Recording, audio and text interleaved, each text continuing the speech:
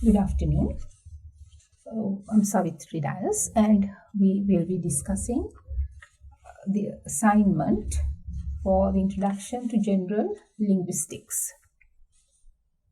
And you have the instructions, you know the instructions. I don't have to talk about the instructions, which is there already. You must submit your assignment online via the MyInspire that you know. And you can submit your assignment once only in single file. And yeah.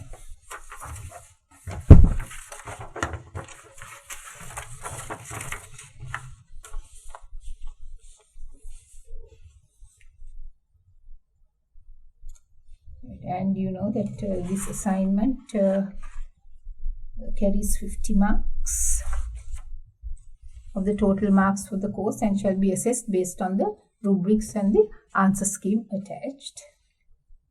And you have the marks deduction for plagiarism, as you are aware of it. And assignments found to have similarities under any of the categories below will not be entitled to apply for appeal. For learners who fall into the 70.01 to 100 similarities group, the access for online appeal and assignment remarking of the subject will be disabled from the appeal option. So you know all of that. Now, coming to your question, the assignment question is on the basis of the Sapir-Whorf hypothesis, and they have said that the summary has been given. And the question is to state whether you agree or disagree with the statement above. So discuss your answer. Stand with support from relevant literature and examples from your own observation of actual communicative events around you. And to complete this assignment, you will have to carry out the research required by the topics subject applied as indicated by the assignment question. And the arguments that you present need to be supported with appropriate research and relevant literature. That means you have to observe and you have to follow, or you have to find some examples with a actual subject. You have to look for some language users among your friends, among children, and see how this theory applies to them. And you have to mention that based on your own experience. So that is the research that they are talking about. So identify a culturally specific group of people, of children or adults or even individuals who show this kind of language signals or the way that the language is used, and you have to mention that with examples. And here, when we talk of the Sapir-Whorf hypothesis, you can see we talk of how culture influences the language. And it says we refer to the values, norms, and beliefs of a society. Our culture can be thought as a lens through which we experience the world and develop shared meaning. And it follows that the language that we use is created in response to the culture needs. And that can be in your day-to-day life. You take the culture that is around you and see how the language is specifically, you can give words, you can use kind of in different areas. In our country, for example, you can take Sri Lanka, you get the different regions. So in different regions, there's a different variety of language. The same language may be singular. There are different varieties. How, according to the culture of that area, the language is spoken, and how the children in that area pick up that kind of language because of the use of it in the family. So that is important. So that can be the base of your research. And it says, we say the culture is the lens through which we experience the world and shared meaning. It follows that the language that we use is created in response to the cultural needs. So when we talk of something and we see if it is relevant to that culture, we are using those same words which are used in that culture and not the language which we learn in school. Consequently, there is a relationship between the way in which we talk and how we perceive the world. And one thing we have to discuss is, so all these points have been given, so it's easy for you, go one by one. It says one important question to ask is how the language that our society uses influences its culture. So find examples how the language which we use has a bearing on the culture. Example, if you take a farming community, the different words specific to harvesting, specific to gathering the harvest, specific to offering it to the deities. So different words are there, that is culture specific. So identify those words. And say Edward Sapir and Benjamin Wolf tried to answer this question. Together they created the Sapir-Whorf hypothesis, which states that how we look at the world is largely determined by our thought processes, and our language limits our thought processes. So this is their theory. So you can go online and get more information about what they say about the language. What they say is, it just says that language shapes our thought processes, and not that our thoughts create language, but it is the language that we use that creates our thoughts. So that is what we have to examine. And therefore they say our language shapes our reality. The language that we use shapes the way we think and how we see the world. And also it says that language uses shapes our perspective of the world. It follows that people who speak different languages have different world views. So so that is true. Now if for example we as Sri Lankans, the way we look at the world is different from the way that a Britisher will look at a certain situation. There it says that the language that we use has a bearing on the worldview that we have.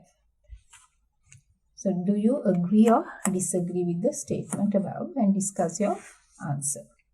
And there is this website which you have been asked to go, http://study.com academy lessons Sapir-Whorf hypothesis examples and definitions. So visit this site and then you can get more information and more facts, theoretical facts. And here I will just read out a few facts to you. So we say, Wolf says, we dissect nature along lines laid down by our native languages. And it says predisposes certain choices of interpretation about how we view the world. And also the hypothesis says we dissected nature along lines laid down by our native languages. We categorize objects in the scheme laid by the language. And if we do not subscribe to these classifications, we cannot talk or communicate. And when we talk of history, the idea was first clearly expressed by the 19th century thinkers such as Wilhelm von Humboldt, who saw language as the expression of the spirit of a nation. So they say language as the expression of the spirit of a nation. So that means a nation, the culture of the nation is built on language. The early 20th century school of American anthropology headed by Franz Boas and Edward Sapir also embraced this idea. So I'm just giving you a bit of facts of what history had to say about this theory. And also it says the Sapir-Whorf hypothesis can be divided into two basic components: linguistic determinism and linguistic relativity. And that is important for us. You have to discuss your answer based on both those. One well-known example Whorf used to support his theory was the number of words the Eskimo language has for snow. Right? So we also can think of in our language, how many words do we have to show one concept. For example, he said what very common or famous example that he used was the Eskimo language has for snow, they have so many words, right? He says for snow they say apun, and snow on the ground is called apun. Then ganika is hard snow on the ground. But for us, whether snow is on the ground or whether it is hard or soft, we still call it snow. So that shows how the language, or for the Eskimos, snow has different words. As outsiders, we have only one word for snow. And for example, another one is Arabic. Arabic has many words for different kinds of camels. But for us, the camel is only one. We have only one word for camel. And in Chinese, there is only one term for camel. They say lutuo for camel. And English we say camel. But for the Arabics, because camel is a very important and something indigenous to the Arabic world, so camel is very familiar to them, and they have different types of camels. And also, the Whorfian perspective is that translation between one language and another is at the very least problematic. So that is why it says language is culture specific. When we try to translate our language into another language, the concepts or the nuances are lost. One example is the Punjabi. This is just an example. The Punjabi word jute, it has a different meaning for the others. So when we talk of now linguistic relativity, it is valid and has influence on thoughts and perceptions. So now we are talking of language relativity. Language relativity is valid and has influence on thoughts and perceptions.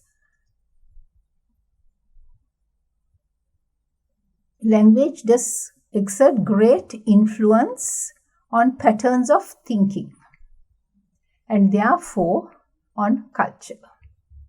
Right? This is very important. It says language exerts a great influence on patterns of thinking.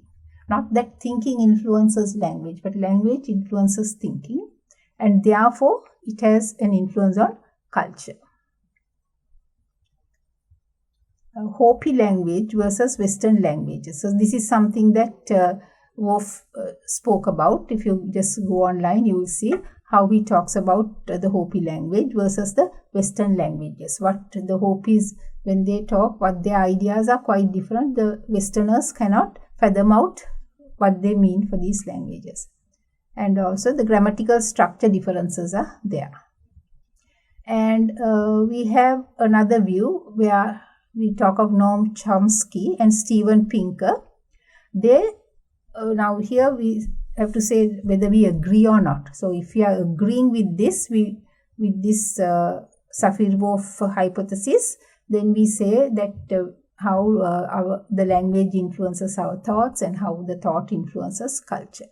But if you are disagreeing, there is this another theory. If we talk about Noam Chomsky and Steven Pinker, they have criticized him for not being sufficiently clear in this formulation of how he meant languages influences thought, and for not providing actual proof of his assumptions. So he says that there is not enough proof. That is what Chomsky says. And for example, he says one of his Wolff's central arguments. Now, when Safir talks about how language influences thought, one of his main arguments is about this Hopi language. Hopi is a indigenous culture, and he says that the Hopi terminology for time gave the Hopi a different and unique understanding of how time worked. So they have this terminology for time. So when they talk about time, it's a completely different idea of time that they have, and he says that is different from the concept of time that the Westerners have. And he says, Pinker and Chomsky says that Wolff had never actually met anyone from the Hopi tribe, and that the Hopi conception of time was not so different from the traditional Western understanding of it. So one of the main examples that Wolff has given how the language and the thoughts interact. He has this concept of time. He says the Hopi's concept of time and the Westerners' concept, although the word is the same, their concepts are completely different. So that is why he says the culture, language influences culture. But Pinker, in his argument, he says Wolff has never met the Hopi tribe, so how does he know that these concepts are different? And he says it's the same. Maybe the concept that the Westerners have and the Hopis have are the same. So that is the argument against Wolff's hypothesis. So when you are talking about it, you have to say whether you agree or disagree. Whether you agree to what Wolff says about the concept of culture, language interfering or influencing thought, and how does it influence our culture. So do some more, go online and just refer to the website that has been given, and then start writing. And specifically, you have to connect it to a research or some personal or whatever that you are personally finding and doing some research on. Research in the sense, some common words that our people of our culture, maybe Sri Lankan Sinhalese or Tamil or Muslims or whatever, what they are using and how it affects their culture and how the culture affects their language. That has to be given because there is no, that's one main part of your question. The research that you are going to do. It says, arguments that you present need to be supported with appropriate research and relevant literature. So relevant research is what you observe. So observe some, you can do it through reading. You don't have to go to a society and see, it's there in so many texts are there, or you can listen in books or short stories, whatever.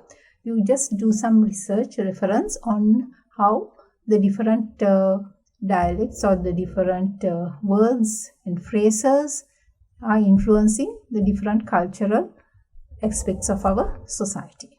That is one of the main points of your assignment question.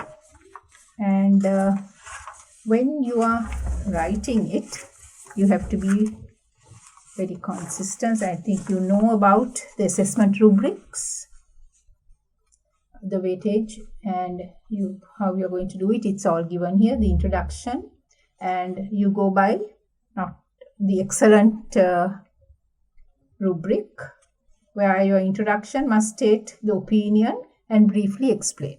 So in the introduction itself, after just explaining what this in brief, what the theory is, you have to say what your stand on it, whether you agree with this or disagree. That is very important. That has to be there in the introduction.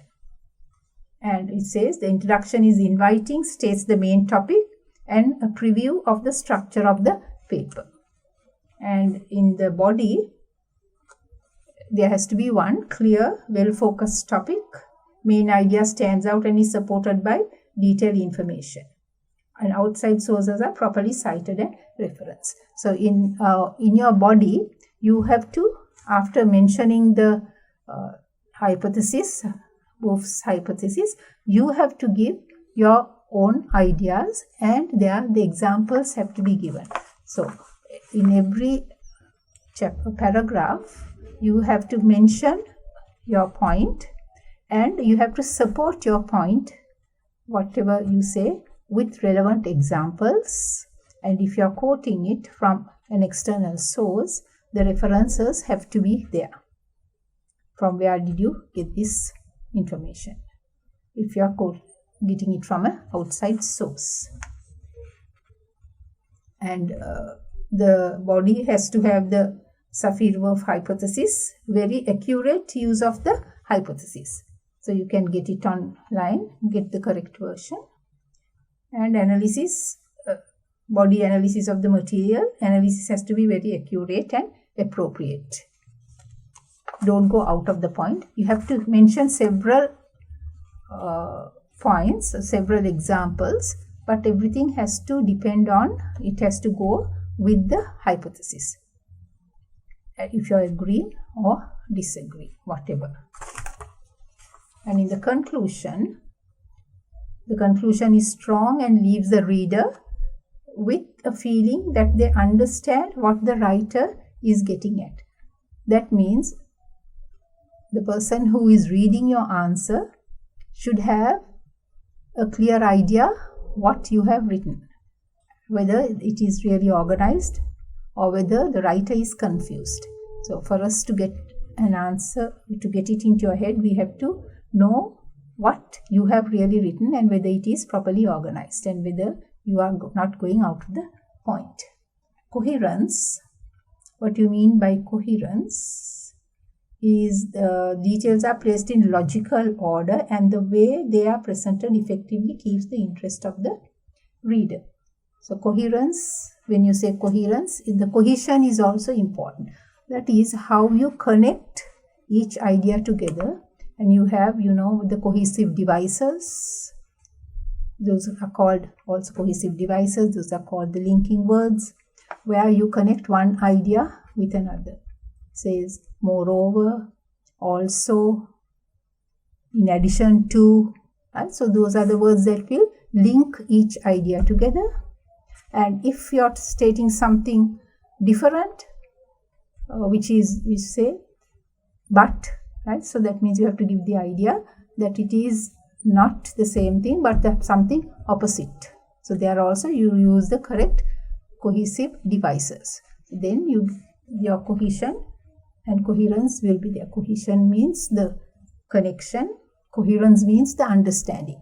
So you can get a proper understanding of what you write if your ideas are connected properly together and if it is properly organized. That talks of coherence. And there next you have the language and the grammar. Language, I don't think you will have any problem because you are writing, the spelling mistakes will be automatically corrected. But you have to see that the language structure, that means the sentence structure, the SVO order, the punctuations, the capitalization, all that is there. And also the words that you are using, the lexical ability where you are using adjectives or adverbs to enhance your answer, they will give you additional marks. Yes, so that carries 5, 10, 5 for introduction, 10 for body and approach, and 10 marks for the hypothesis, Sapir-Whorf's hypothesis, and 8 marks for the body analysis. You have 6 for cohesion, conclusion, language and grammar. That's 5 points, and altogether 50 marks. you.